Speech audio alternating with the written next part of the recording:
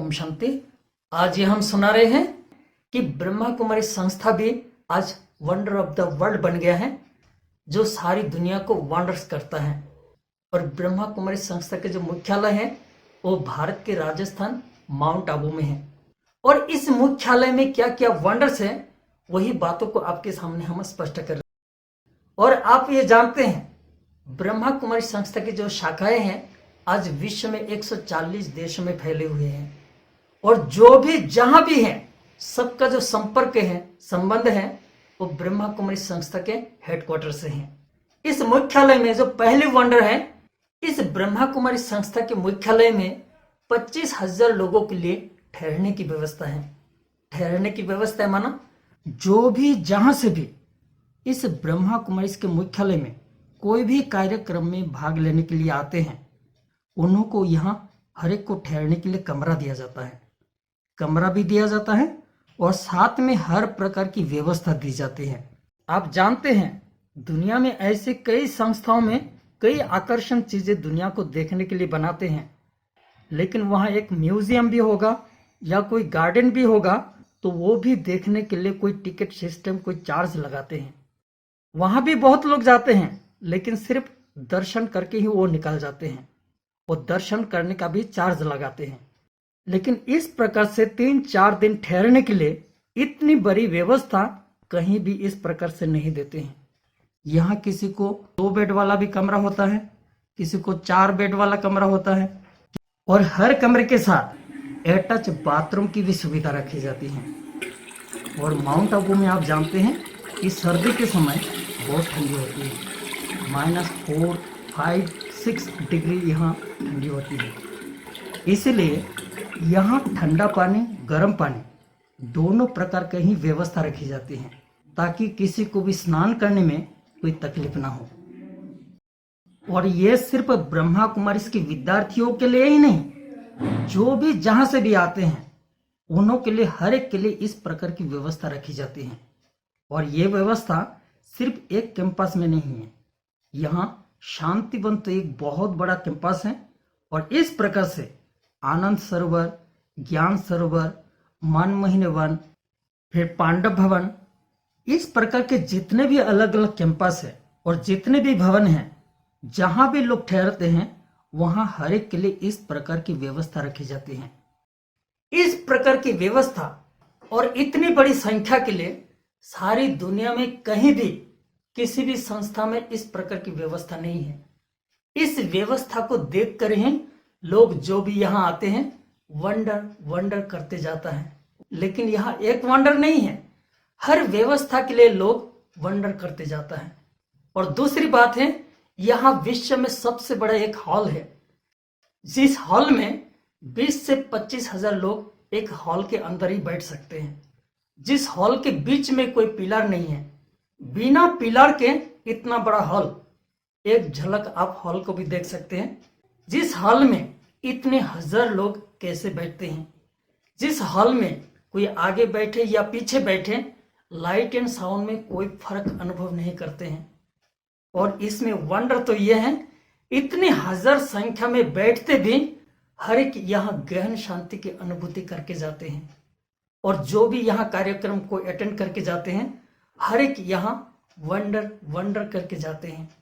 और तीसरी बात है, इस कैंपस के अंदर विश्व का सबसे बड़ा सोलर पावर प्लांट है, अर्थात सूर्य के प्रकाश से बिजली उत्पादन केंद्र है।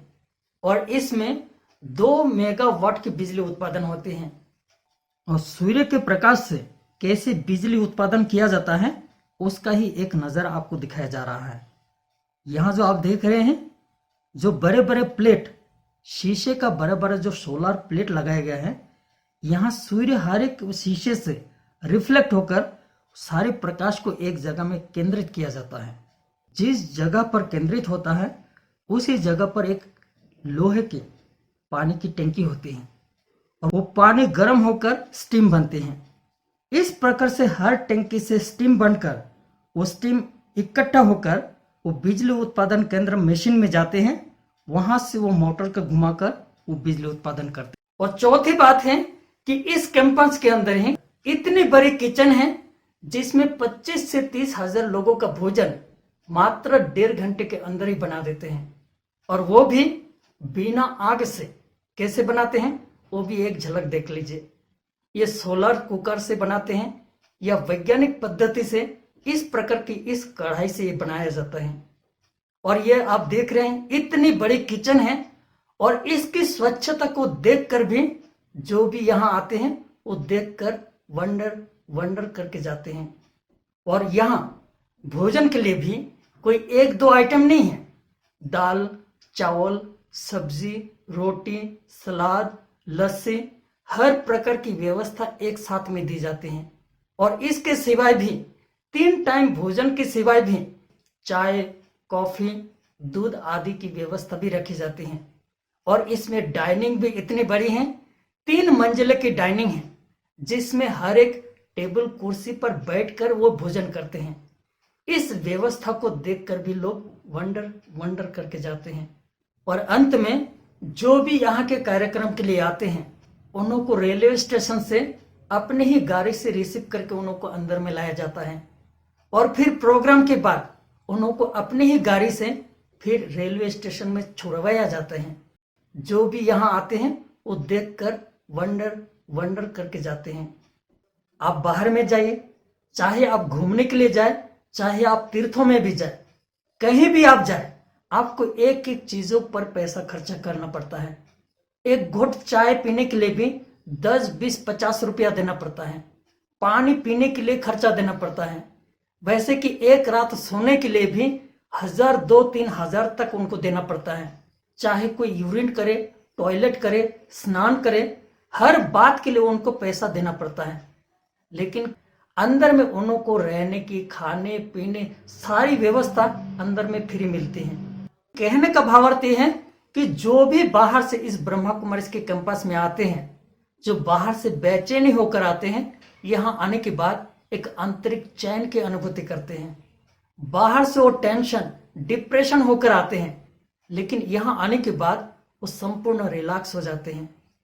और जो भी यहाँ आते हैं, इन कार्यक्रमों को देखकर, इन व्यवस्था को देखकर, भले वो नास्तिक भी आते हैं, भगवान का कोई भले ज्ञान ना भी हो, उनको भी भगवान के प्रति निश्चय हो जाते हैं। अर्थात नास्तिक से वो आस्तिक बनकर जाते हैं।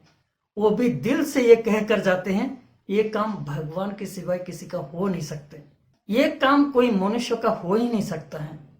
और सचमुच ये काम स्वयं भगवान का है, निराकार परमात्मा का है। स्वयं निराकार परमात्मा आकर ये बनवाया है। किसके लिए बनवाया है? ये आपके लिए बनवाए गए हैं। अगर आपको इस वीडियो को अच्छे लगे तो आपके संपर्क में जो भी हैं उन्हों को आप शेयर करने में मदद कीजिए। ओम शांति।